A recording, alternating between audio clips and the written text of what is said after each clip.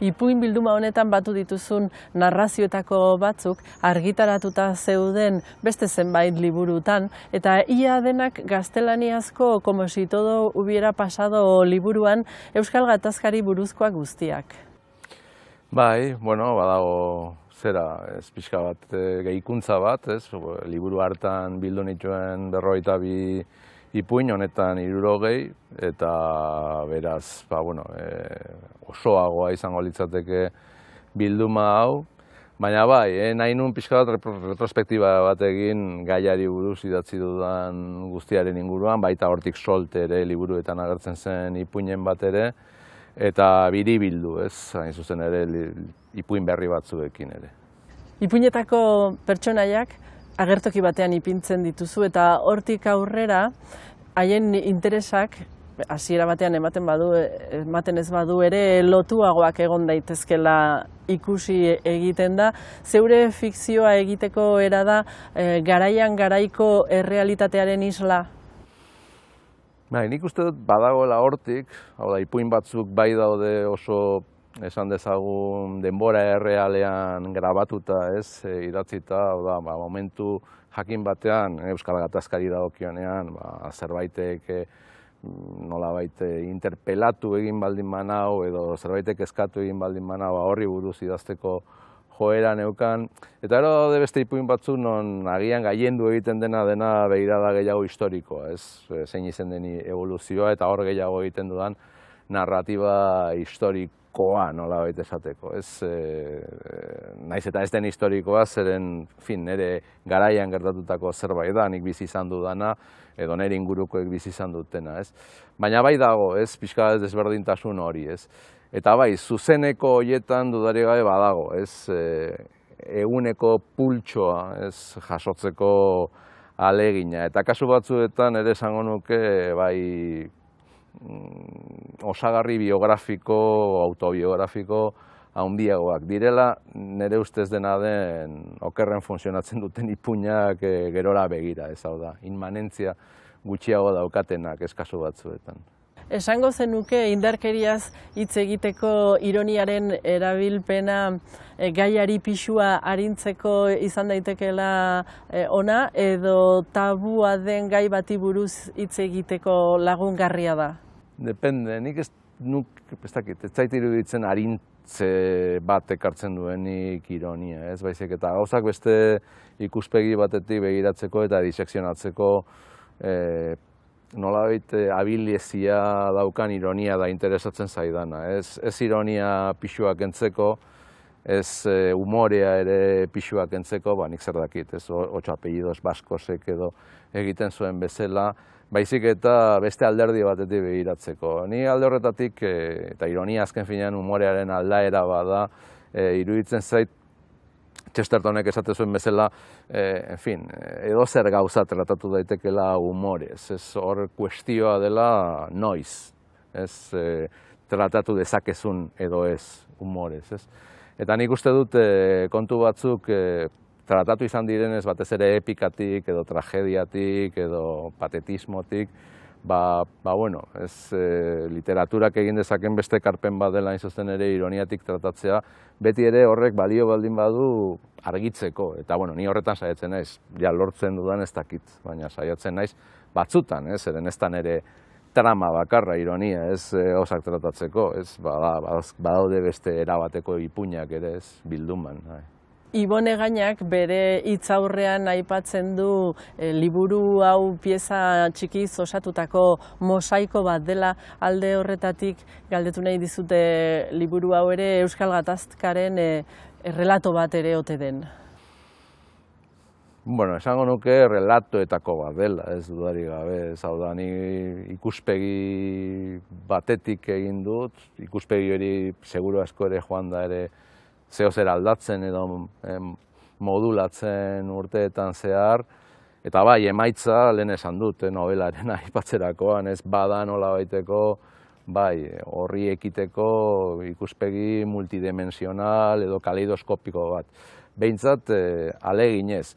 Aleginez, eta baita nolabait nahi gabe, zeren eta hasiera batean honi buruz idazten hasten zarenean ez daukazu proiektu bat urteetan zehar luzatuko zena, besteak bestez genekilako zenbat iraun behar zuen honek, baina emaitza bai du hortik pixka bat, bai tesela txikiez osatutako nolabaiteko errelatoetako bada, baina nik uste dut hori, batzutan esaten da bi errelato daudela, nik uste dut askoz ere gehiago daudela, eta horietako bat gehiago da, literaturaren ikuspegitik egindakoa ere ez dena, ere zentrala niretzako. Garai ilunetan idatzitako ipuinak dira hemen batu dituzun asko, alde horretatik autozentsurak lekua izan du zure literatur sormenean? Bai, imaginatzen dut, bai, nik uste dut idazle guztiok egiten diogula aurre mota bateko edo bestelako autozentsurari, eta ez bakarrik gai honi buruz ari garenean, baizik eta edozein gairi buruz ari garenean. Ni alde horretatik seguru asko saiatu naiz hori, esate baterako biktimak mota guztietakoak ez aspiratzen, ez iraintzen, ez azpian uzten esate baterako. Nik uste hortik izan du dala agian kontentziorik handiena, biktimen gaia nola tratatzea, zeren iruditzen zait kasu batzuetan horretan desmasiak egon direla eta egoten direla idazle batzuen aldetik, baina bestalde naiz gehiegi frenatu, gai batzuk niri iruditzen zitzaizkidanak hain zuzen ere gehiegi ateratzen ez direnak euskarazko literaturan tratatzeko. Orduan ez dut sentitzen ohikoa dudana, baino autozentsura maila altuagoa erabili dudan gai honekin, ez dakit, beste edozein gai ikutzen dudanean horrekin konparatuta, Hamarkada joan da etak armak utzi zituenetik, beraz denbora pasatu da, denbora horrek gai hau tratatzeko, ikusteko, hausnartzeko behar den distantzia eman digu? Bai, badago distantzia bat nik uste dut, eta distantziak aldatu egiten ditu abordatzeko erak, Nik neuke nire ipuinetan iruditzen zait badagoela, desberdintasun bat, hori, denbora errealean idazten nuenean kontuari buruz, edo distantzia batetik idazten dudanean, orain, eta desberdintasunetako bat izango litzateke, eta nik uste dut hori ere beste egile batzuengan nabaria dela, agian garai batean gehiago idazten genuen gatazka berari buruz, eta orain gehiago gaia bihurtzen hasten da gatazkaren inguruko errelatoa, errelato famatu hori, edo errelato famatu horiek. Orduan horrek ja desberdintasun bat, hau da, lehen aipatu dudana, hasieran agian literatura erabat garaikidea egiten genuen, eta orain ja literatura historikoa egiten hasi gera. Orduan horrek nik uste dut idazteko era aldatu egiten duela, guztiongan aldatu egin duela. Badago hainbat arrazoiengatik hau guztia ahazteko gogo bat, erruduntasuna izan daiteke horietako bat? Bai, imaginatzen dut badagoela, badaukagula halako sektore batzuetan batez ere esango nuke, beste batzuetan ez diten beste erruduntasunik ikusten, baina bai, gizarte bezala, zer egin dugun, zer egin dugun hau gertatzeko, hau hainbeste luzatzeko, zer egin ez dugun agian ere izango litzateke hor galdera. Baina nik uste dut agian erreduntasunaz gain, eta ez dakit gehiago, ez ote den egon nekea ere bai. Orduan, bizigea gizarte, postindustrial, kapitalista, hipergaratu batean, non klase ertainaren utopiak betetzen du praktikamente imaginario guztiak. Eta hemen genuen arazo bat horretaz disfrutatzeko, gozatzeko aukera uzten ez ziguna, edo gozatzen genuen, baina hori, agian erruduntasun batekin, eta horretaz libratzeak ez ote digun, niko batzen atxagak esan zuen horretaz, 2 metro edo 3 metro erdi flotatzearen ingurukoa ez ote den hori, pixuarena, ez, eta orduan ja, en fin, ez nolabait la jouissance, ez, ja, disfrutatu dezakegu pixu hori gabe, eta agian nolabait azteko aleginak baote duen hortik zeo zer, ez. Naiz eta nik uste dudan, ze kuriosoa da, batzutan hori, ez, anztura horren alde egiten dutenek, adibidez, Gerra Zibila eta Republika eta oso presente daukate, ez. Orduan, bueno, en fin, ez, igual, dena gogoratu behar dugu, baita hau ere, ez. Eta, bueno, hor literaturak agian zeo zer egin dezake.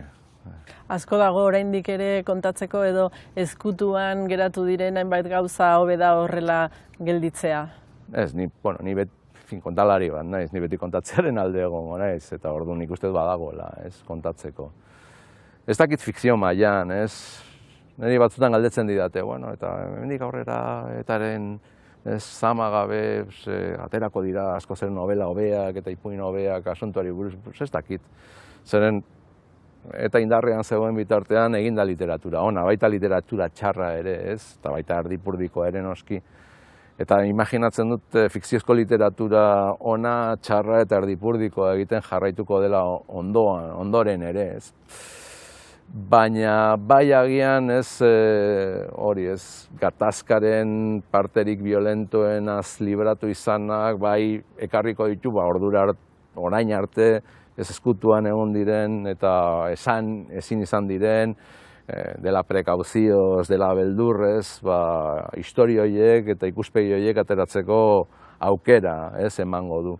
Eta agian ez hainbeste fikzioaren alorrean, naiz eta hortik elikatuko den fikzioa ere, baizik eta memoriaren edo autobiografiaren edo ez nolabait literatura berez historikoaren, historiaren ikuspegitik. Nik uste hor egongo dela ekarpena, arraroa izango litzateke ez gertatzea, zeren gauza batzuk, hori, ezkutuan mantendu egin dira, eta aterako dira, eta ona da ateratzea, zeren mantentzen diren, ezkutuan mantentzen diren gauzak usteltzeko joera daukate. Pop musika eta rocka garrantzitsuak izan dira zure literatur lanetan. Urte ilun haietan korronte eta kultur mugimendu ezberdinak zeuden seinale. Bueno, eske nik uste batak ez duela besteak kentzen, ez? Nolabait garaini ilunak ikusten ditugu gaur egunetik, baina nik 80ko hamarkada bai, ez, gogoratzen dut bere iluntasun momentu horiekin, baina kulturalki oso bizia izan zen, ez? Eta gero iruditzen zait, gauza oso terriblea gertatzen ziren, baina agian konparatuta gero 80ko 2000ko hamarkadarekin adibidez zegoen esperantza gehiago, ez? Eta optimismo gehiago, eta, fin, ez, diktaduratik libratu izan beharriek ere ireki zituen ate asko alde horretatik. Literaturari bakarri begiratuta, 80ko hamarkadan euskal ipuingintzak izan zuen estandak, ez nolabait esateko, horren isla da, baina berdin hitzein genezake hori, ez, rock aldean gertatu ziren, musika aldean gertatu ziren aldaketez, rock radikal guztiarekin, eta beste korronte batzuekin, baina 80ko hamarkadara joaten baldin badera gauza berbera, ez, euskal poparen ikuspegia hartzen baldin badegu, ez. Orduan, en fin, ez, garai ilunak eta ez dut esango hobeak onak diren sorkuntzarako, ez, baina, bueno, ez dut uste kontraesankorra denik gauza bestearekin. Eta gero, garai ilunak agian gaur egunetik begitatzen zaizkigu, baina orduan sartuta zeudenean, ez, agian ez ziren horren beste, ez, eta hortan dago paradoja, eta hor bai dago, ez, nire ipuinetarako, ez, humus bat, ez. 21. mendeko gazte askok ez dituzte terrorismoaren edo indarkeriaren edo izuaren urte ilun horiek ezagutu, edo ez diegu horietaz hitz egin horren bestez ipuin liburu hau oroimen ariketa bat izan daiteke ere? Bai, nik uste dut badaukala, ez, konponente hori, ez, eta gainera hori ikuspegi eta alderdi oso ezberdinetatik gaia jorratzen duen neurrian, sinistu nahiko nuke, alde horretatik nahiko osoa ez izan daitekeela, ez. Baina da ikuspegi bat, ez, literaturatik egiten dena, eta literatura da nabarduraren, ez, grisak investigatzeko, ez, arakatzeko lekua, eta orduan hori nik uste ere presente izan behar dugula, ez, hau da, literaturak ez duela inoiz ordezkatu behar, edo lukela ordezkatu behar, historia, ez, ofiziala edo alako konsenso batera iristea izango litzateke alde horretatik onena, ez, eta literatura orduan horren osagarri izatea, ez.